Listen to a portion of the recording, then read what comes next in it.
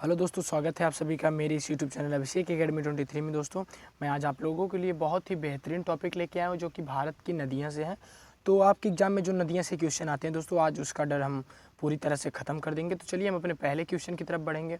उससे पहले दोस्तों एक गुजारिश है, अगर आप मेरे चैनल पर नए हो तो चैनल को सब्सक्राइब कर लीजिएगा। तो चलिए दोस्तों, हमारा पहला क्वेश्चन है कि हिमालय पार की नदियाँ हैं, तो आप बताएंगे कि हिमालय पार की कौन कौन सी नदियाँ। तो हम आपको बता दें कि जो हिमालय पार की नदियाँ दोस्तों वो ब्रह्मपुत्र है, सिंधु है और सतलज है। कौन कौन सी है? ब्रह्मपुत्र, सिंधु और सतलज है। तो नेक्स्ट क्वेश्चन की तरफ बढ़ेंगे। उसमें कहा गया है कि भारत की वृहत्तम नदी कौन सी है। तो हम आपको बता दें कि भारत की वृहत्तम नदी है जो दोस्तों वो गंगा, ये तो आपको पता होगा। तो तीसरा क्वेश्चन है दोस्तों कि सिंधु नदी की लंबाई उतनी है जितनी कि ब्रह्मपुत्र की है। तो आप लोग इसको होमवर्क हमको बताइएगा कमेंट बॉक्स में कि ब्रह्मपुत्र की लंबाई कितनी है। अगर आप लोग ब्रह्मपुत्र की लंबाई जान लेते हैं तो उतनी ही सिंधु नदी की भी लंबाई है दोस्तों। वेरी वेरी इंपॉर्टेंट सेशन होने वाला है आज का दोस्तों। तो नेक्स्ट क्वेश्चन की तरफ बढ़ेंगे। उसमें कहा गया है कि तिब्बत के मानसरोवर झील में कौन सी नदी निकलती है। जो तिब्बत के मानसरोवर है उस झील से कौन सी नदी निकलती है। तो हम आपको बता दें कि सिंधु नदी निकलती है, गंगा नदी निकलती है और सतलज नदी निकलती है और ब्रह्मपुत्र नदी निकलती है तिब्बत के मानसरोवर झील से।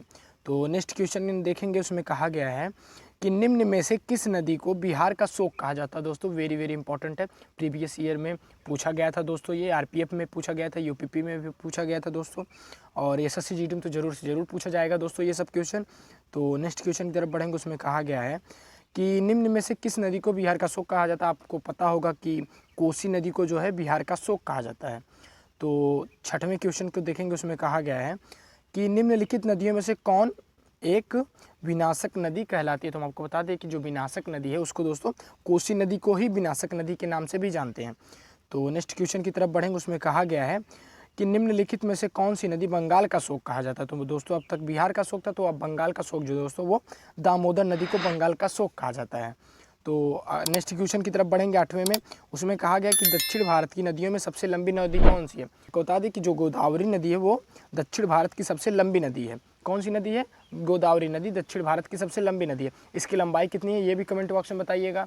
अगले क्वेश्चन की तरफ बढ़ेंगे। उसमें कहा गया दोस्तों कि निम्नलिखित में से किस नदी को वृद्धा गंगा के नाम से जानते हैं। तो हम आपको बता दें कि जो गोदावरी नदी है उसको दोस्तों वृद्धा गंगा के नाम से भी जाना जाता है। तो नेक्स्ट क्वेश्चन की तरफ बढ़ेंगे। उसमें कहा गया है कि निम्न नदियों में से सबसे अधिक पथ परिवर्तन करने वाली कौन सी नदी। तो हम आपको बता दें कि सबसे जो अधिक पथ परिवर्तन करती है दोस्तों वो कोसी नदी है, कि बार बार अपना रास्ता बदलती रहती है।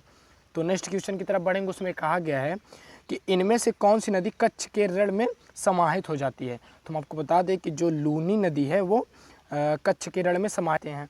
तो नेक्स्ट क्वेश्चन की देखेंगे। उसमें कहा गया है कि निम्न में से किस नदी को दक्षिण गंगा के नाम से जानते हैं। तो हम आपको बता दें कि गोदावरी नदी को दक्षिण गंगा के नाम से जानते हैं। तो अगले क्वेश्चन की तरफ बढ़ेंगे। उसमें कहा गया है कि मध्य प्रदेश में स्थित इंदिरा सागर बांध निम्नलिखित में से किस नदी पर बनाया गया। जो इंदिरा सागर बांध है दोस्तों वो किस नदी पर बनाया गया, तो आप लोग बताएंगे। तो हम आपको बता दें कि जो इंदिरा सागर बांध है दोस्तों वो नर्मदा नदी पर बनाया गया। किस नदी पर दोस्तों? नर्मदा नदी पर यह इंदिरा सागर बांध बनाया गया दोस्तों। वेरी वेरी इंपॉर्टेंट सेशन है दोस्तों आपके लिए। तो नेक्स्ट क्वेश्चन की तरफ बढ़ेंगे। उसमें कहा गया है कि भारत की कौन सी नदी कर्क रेखा को 2 बार काटती है। तो हम आपको बता दें कि जो माही नदी है वो कर्क रेखा को 2 बार काटती है। तो नेक्स्ट क्वेश्चन की तरफ बढ़ेंगे। उसमें कहा गया है कि वह स्थान जहां अलकनंदा और भागीरथी मिलकर गंगा का गंगा का रूप ले लेती हैं वो उसको क्या कहते हैं? देवप्रयाग उसको कहते हैं। क्या कहते हैं दोस्तों? देवप्रयाग। तो आज के लिए बस इतना ही दोस्तों। कैसा लगा मेरा सेशन ज़रूर से ज़रूर कमेंट करके बताइएगा। आपका स्कोर 15 में से कितना रहा ये भी बताइएगा और एक लाइक दे के जाइएगा। और चैनल पर नए हो तो चैनल को सब्सक्राइब कर लीजिएगा दोस्तों, क्योंकि मैं इसी तरह की वीडियो रोज़ लेके आता रहता हूं दोस्तों। 10:35 पे मैं आपको प्रोवाइड करता रहता हूं हर एक वीडियो। तो तब तक के लिए जय हिंद, वंदे मातरम दोस्तों। स्वस्थ रहिए, मस्त रहिए।